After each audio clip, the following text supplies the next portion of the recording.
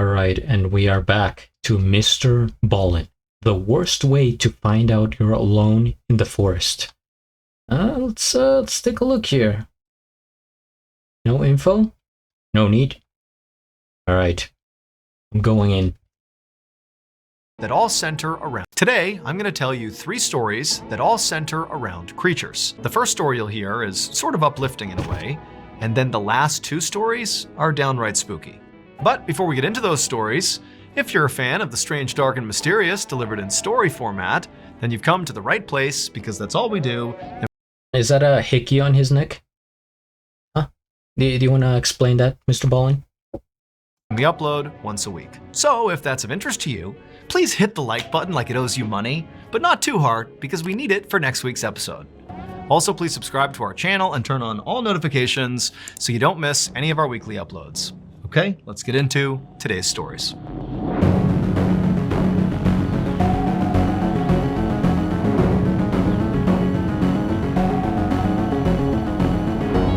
Blurry Legend. On the evening of December 24th, 2001, a 48-year-old businessman named Kevin Butler was in his kitchen inside of his home in Dallas, Texas, preparing food. The following day, he was going to bring this food to a Christmas party at his friend's house. And as Kevin was preparing this food, he heard his friend Larry, who spent a lot of time at his house, call to him from down the hall. Now, Kevin didn't really hear what Larry wanted, but he could tell from the tone of his voice that, he wanted him to come over there right now. And so Kevin said, okay, I'll be there in a second. But then, after washing off his hands and beginning to walk down the hall to go see Larry, Kevin heard another sound that stopped him in his tracks. He heard the sound of 2 men's voices coming from outside of his house. The men sounded drunk, and they sounded like they were literally in his front yard.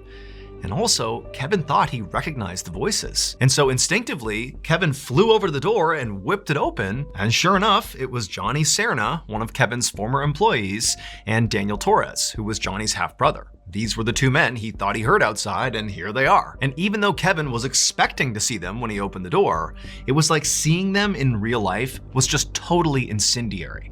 Kevin was immediately so mad. For several months, Kevin and Johnny had been in this very public feud over money. And in fact, Johnny at one point had even tried to steal from Kevin by forging a check. And so now Kevin looked right at Johnny and Daniel and goes, "Oh, what are you guys here to steal from me again?"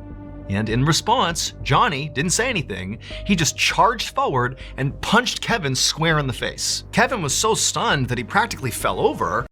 People, violence is not the answer. And then before he could do anything, Johnny and Daniel had pummeled him to the ground and were kicking and punching him, and then they dragged him further into his house and slammed the door behind him. Kevin continued to try to get away, but he just couldn't. One of the brothers was holding him down, and then before long, one of the others had gone off and come back with electrical cord, and they tied him up. And then once Kevin literally was fully bound and couldn't go anywhere, the brothers went into the kitchen, got knives, came back, and they began stabbing Kevin over and over and over again. And as all this commotion was happening out in the living room, Kevin's friend Larry, who was right down the hall, heard the whole thing. What was Larry doing? Just watching TV? As if nothing was happening? He heard the sound of, the 2 drunk guys coming in. He heard the sound of Kevin clearly being attacked. And at first, Larry was terrified and didn't know what to do. But as he heard the sound of Kevin screaming out for help, Larry jumped into action, and he flew down the hallway and he charged out there, and he saw Daniel still on top of Kevin stabbing him, and Larry just went right after Daniel. Now, Larry was unarmed and really didn't stand much of a chance to begin with, but he did whatever he could to try to get Daniel off. He began biting and scratching him and doing whatever he could, but it wasn't enough. And eventually, Daniel overpowered Larry, and then before long, Johnny and Daniel were not just stabbing Kevin, but were also stabbing Larry. And so in the end, both Kevin and Larry, the 2 friends, were stabbed to death. And then after they were dead, Johnny and Daniel fled the scene. But what the 2 half-brothers didn't know was that even though they had just killed Larry, Larry had actually just made sure those 2 brothers would get caught. Because when Larry tried to fight Daniel off, he had literally bit Daniel and gotten Daniel's blood on his mouth. And ultimately, when the police showed up, they took the blood from Larry's mouth, and that was DNA evidence, and it led them right to Daniel. And so Daniel and Johnny were soon arrested and charged with murder. However, they were only charged with one murder. And that's because during the attack, when Larry flew down the hall to try to protect Kevin, well, he literally flew. Because Larry was not a person. Larry was Kevin's pet cockatoo, and he was named after Larry Bird. Kevin had adopted Larry. What these twists, man? I just don't. I can't. Like, how? 2 years earlier, and the two had become like best friends.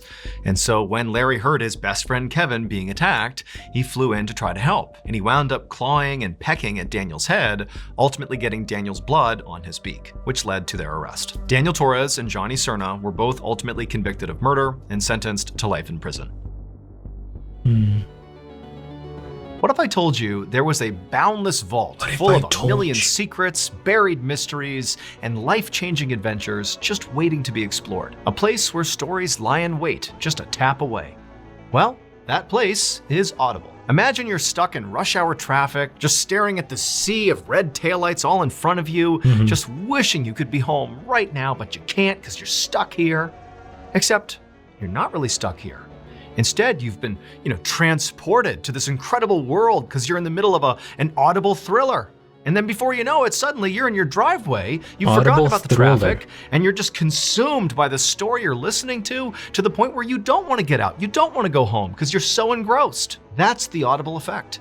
From edgier seat thrillers to mind-warping sci-fi epics, Audible transforms words into boundless imagination and helps you live the experience. But Audible is I mean, to me, MrBallen is actually like Audible in a way. I mean, of course, I'm watching the video, I'm seeing it with my eyes. But if you were just, putting this on a podcast and just listening while you were doing something else, then it's kind of like he's reading a story. You're listening to a story. So I think that they're connected.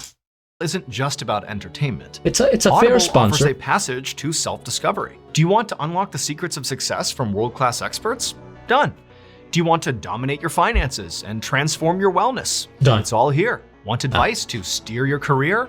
Just press play. Build the positive habits you want in your life. But if you just want to simply live inside of a story, check out The Lost City of Z on Audible. Every time I listen to that, I get pulled into another world. It's incredible. So start positive habits and reach the goals you set for yourself with Audible. Start listening today when you sign up for a free 30-day trial at audible.com/MrBallen. Okay, Thank you, Audible. Back to the story. That was a very disturbing story. Not sure what it had to do with the title, The Worst Way to Find Out You're Not Alone in the Forest. Maybe he does these, I'm not super familiar with his work. I mean, I've seen a few videos, but he puts a twist in it. 3 videos, and maybe one of them is about the title. We're going to find out. Face peelers. Ah, that sounds pleasant.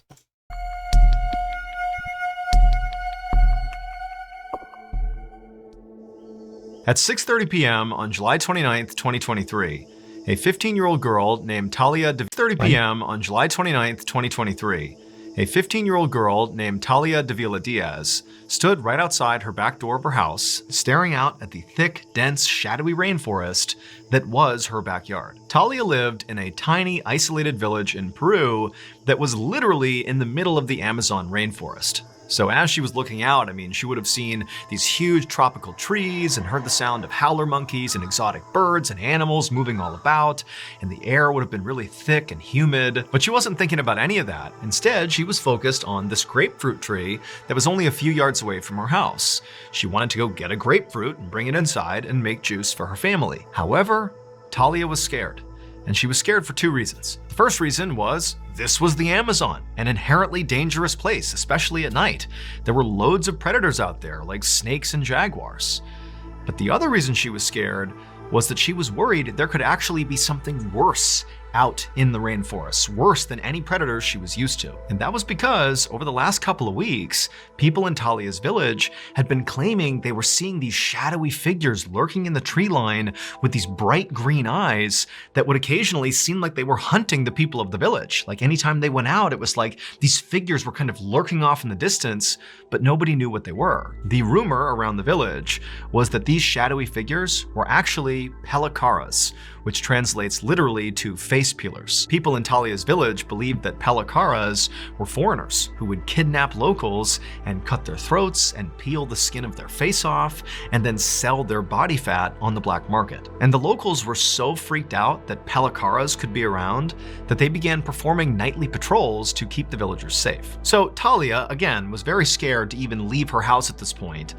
But she was also trying to be reasonable. I mean, she'd gone out and gotten a grapefruit many times in the past. This was not some new behavior, so she's looking out and she sees the grapefruit tree and she knows there's a nightly patrol out right now, and I only have to go a few yards and get the fruit and get right back in the house. Like, how big of a deal could this possibly be? And so after taking one more look around and not seeing anybody or hearing anything that was out of place, she took a breath and then rushed out to the tree. She grabbed a grapefruit, and as she was turning around, she froze because her worst nightmare had just been realized. Now, standing between her and her back door were these two hulking dark figures. And one of them was like so tall, it was practically the size of a tree. And they both had these piercing, glowing green eyes. And they were looking right at Talia. And Talia was so instantaneously petrified that all she could do was just stand there and stare back into their green eyes. And I don't blame her. I mean, what would you do in that situation? And I guess that's not even a fair question, because one thing is to plan ahead and the other is to actually experience it. But a lot of people, I guess, freeze in a situation like that, which is completely normal. I mean, my instinct would be to run away as fast as possible. I guess other people might pull out their phone and try to take a picture. But I think for the most part, people are just going to freeze no matter what. It's what happens. You're so in shock. And as she did, she began to notice that their faces were grotesquely elongated, almost like they had masks on. And then before Talia could do anything, the really tall one began sort of gliding towards her. Not stepping towards her, but literally almost hovering off the ground towards Talia. And then suddenly, Talia was being grabbed and thrown to the ground. And the instant Talia hit the ground, these two figures descended on her and pinned her there. And then one of them reached down and pressed their hand over her mouth and her nose, and she couldn't breathe. And then she sees the other one is holding what looked like a box cutter or a knife, and they put it right up to her neck. And suddenly it's like Talia understands these are pelikaras. They're gonna slit her throat. They're gonna kill her. And so she has this sudden burst of energy and she manages to push them off of her. And when she did, their hand came off her mouth and she screamed out for help. And she heard somewhere in the village voices yelling back to her, and then she heard footsteps, and she knew it was the night patrol coming to save her. And so at this point, the figures released Talia, and she scrambled to her feet and immediately ran towards her house right as the night patrol came bounding into her yard. Did they take the grapefruit? And one of the men had a gun, and he raised it and began shooting in the direction of the figures. And Talia, she's totally panicked, and she turns around and she looks at her attackers. And she's expecting them to, be fleeing into the rainforest. But instead, these dark figures, they were like levitating in the sky, and they were looking down at Talia and the night patrol with their glowing green eyes as they literally began to levitate into the sky. And the whole time, the night patrol is firing repeatedly at these things, and they just drifted off into the night and disappeared. Talia ultimately would not suffer any physical injuries from this encounter, but mentally, she was a wreck. And frankly, so was the rest of the people in her village, especially those who were on the night patrol and with Talia witnessed these figures with green eyes flying away into the sky. I mean, the fear in this village following this encounter was through the roof. And in fact, ultimately, the Peruvian government would get involved after this encounter, and they would investigate to try to figure out, what happened to Talia. And they would ultimately conclude that there was an illegal mining operation happening somewhere in the rainforest, and some of these miners, in an effort to scare people away from coming anywhere near their operation, they got their hands on jetpacks, wore armor and masks, and then went into villages like Talia's and basically pretended to be aliens, and then did, fly off on their jetpacks. That is the official story as of right now. However, people like Talia and the other people in her village, and many other people who live in the Amazon rainforest who have come in contact with these figures with green eyes, they say those are no miners. Those are either Palacaras or they are creatures from another world. Wait a minute here. We're gonna dissect this. Miners? It seems like a bit of a stretch. I mean, to have that technology for a miner and just to scare off the locals, I feel like they would have just way simpler ways to, scare people off. Like, just with guns or intimidating them. Like, there's no need to get theatrical here with costumes and like flying machines and stuff like that. It's so yeah. My first instinct says no, it's not that. But also, she is 15 years old. She's kind of young. It's a 15-year-old girl. I mean, of course, she has experience with her environment. The creatures, the animals, what's around her. So she would be able to tell the difference. But I think, in the dark of the night, with confusion and everything going on, maybe people could, mistake it as, and like if they were shooting. See, that's the key point here. I would assume that if people are the villagers are shooting at the miners, then they would try to get away, because there's still somebody has to be controlling the actual jetpack, the system. I don't think it's just drones with like a sheet over it and glowing eyes. So somebody is controlling the technology, and if you're getting shot at, you're still gonna run away. You're not gonna stay there.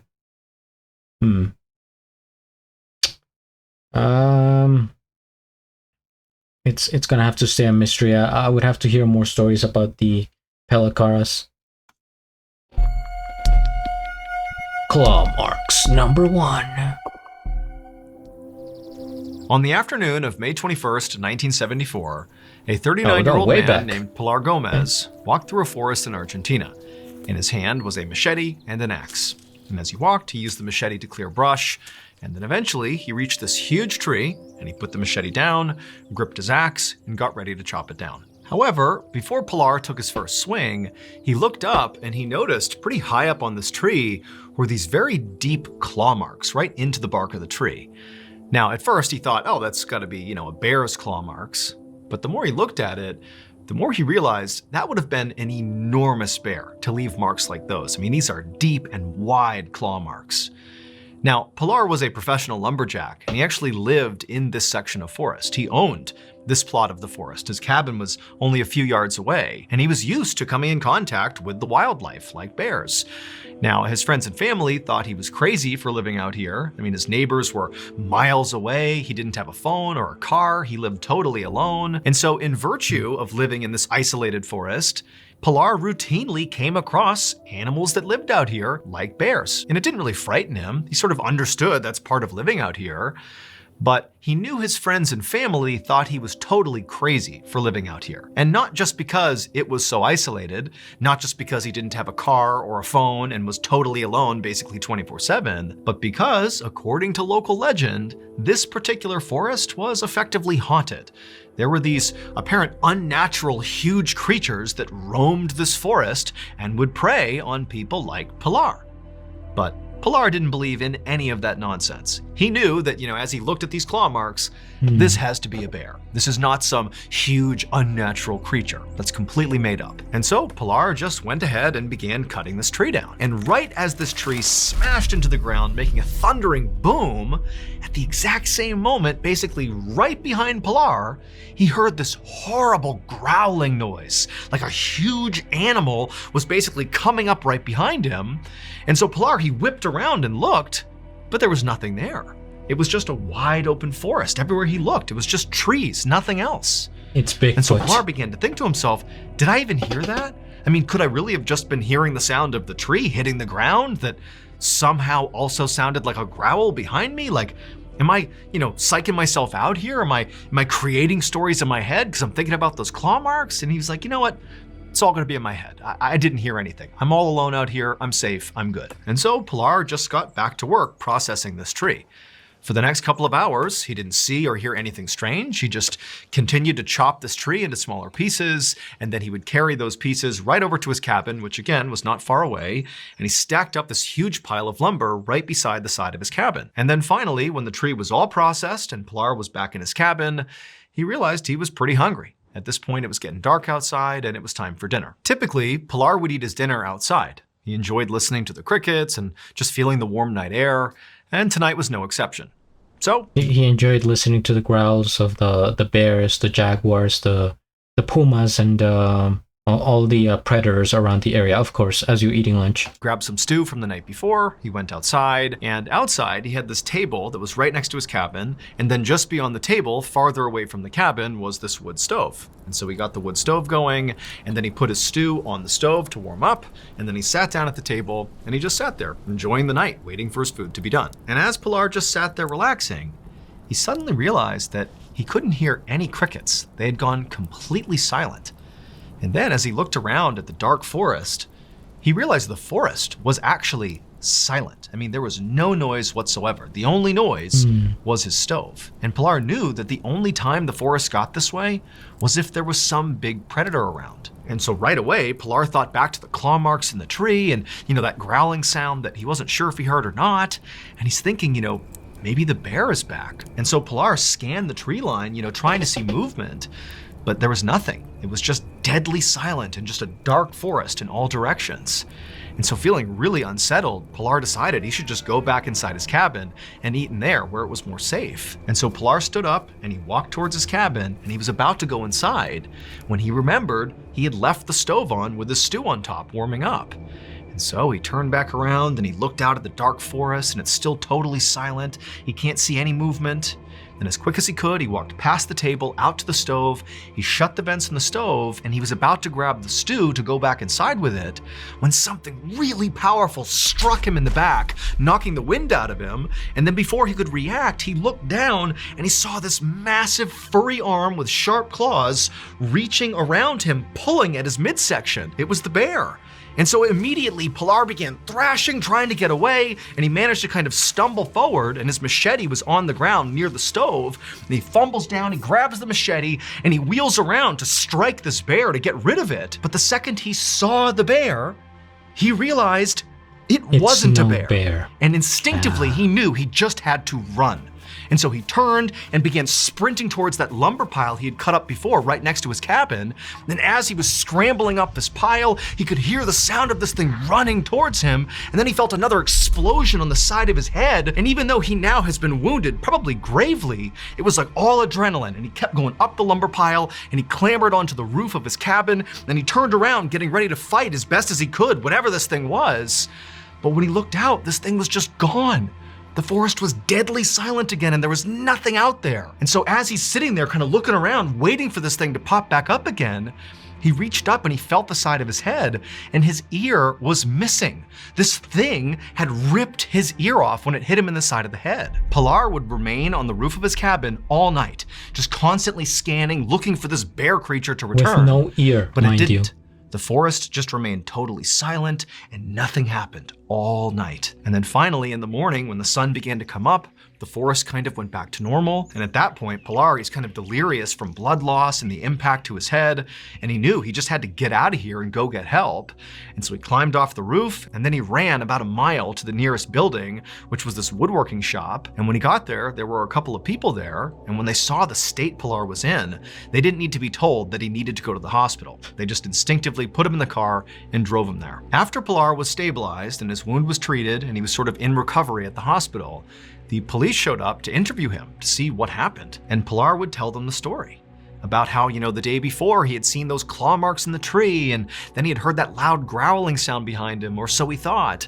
And then that night, this bear had attacked him at his cabin, and he said at some point he had broken away and grabbed the machete and he turned to defend himself, and he got a good look at this bear.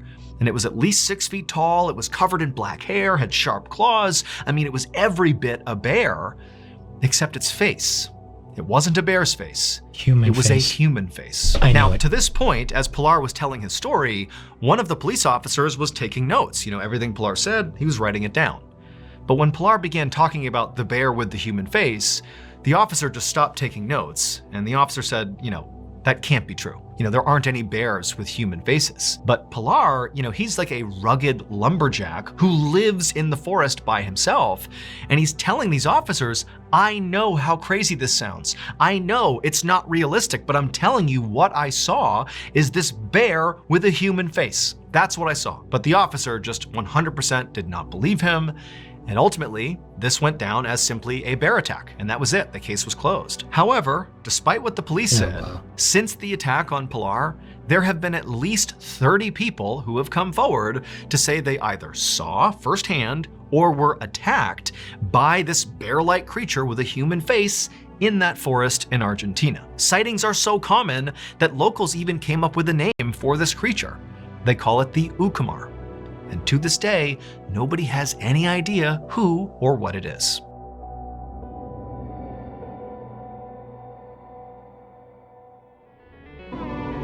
In case you haven't heard yet, our newest graphic novel, MrBallen Presents Where Nightmares Live, is available for pre-order right now. It contains another 9 heart-stopping, strange, dark, and mysterious stories. All right, go to book.ballenstudios.com. First things first, we hit the like. I am subscribed, and I'll have a link of the original video down in the description below. Well, I immediately want to look up a picture of an Ucumar. Ucumar, Argentina. See what we get here. Oh, this is in Spanish. Yep. It's essentially a Bigfoot, guys. So for this story, I'm gonna believe it. I'm gonna say I think it's just Bigfoot because of several reasons.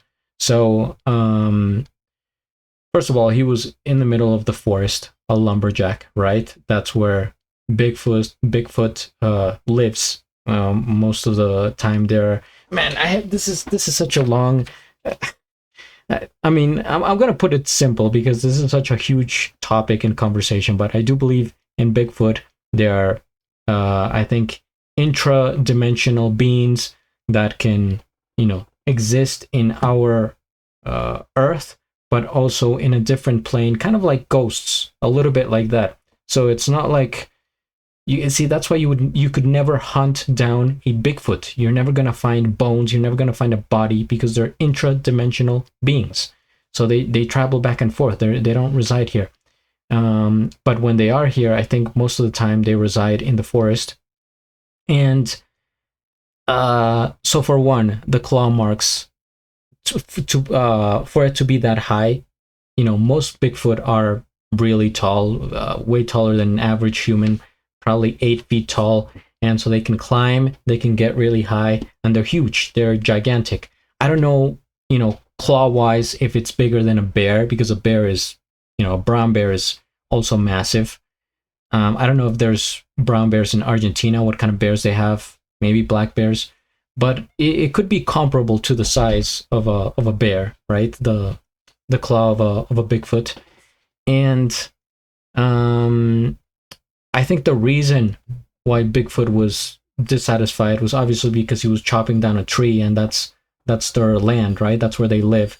So Bigfoot's like, nah, you can't, can't do that here. So, yeah, the part where he sliced his ear, though, I can't fathom like how hard. I guess it wasn't even like it wouldn't have been a hit. It would have been like a slice for the ear to detach. I mean, I don't know how easily it is for you to rip off an ear. Never tried that myself. But yeah, it all indicates to this being a Bigfoot. However, the question is, like, if this guy had lived there for a long time, many years, and seemingly had done the same thing, right? To sustain himself, he needed wood, and so he would have been chopping trees, frequently. Why is he getting attacked now, right? Why is the warning now and not before, and not the first time he did it or previously? I don't know how many trees he chopped down, but that's like my only question. It's like, why would, after all this time, why would that happen now? But it is what it is. But I honestly, sincerely think that it was just Bigfoot. The second story, I'm still not sure. I would have to, I would need more evidence there, more stories. And then the first one is just tragic. So thank you, MrBallen. I appreciate it. Guys, if you would like more stories like this, comment down below. Hit the like, subscribe, and at the end, do a flip. Till the next.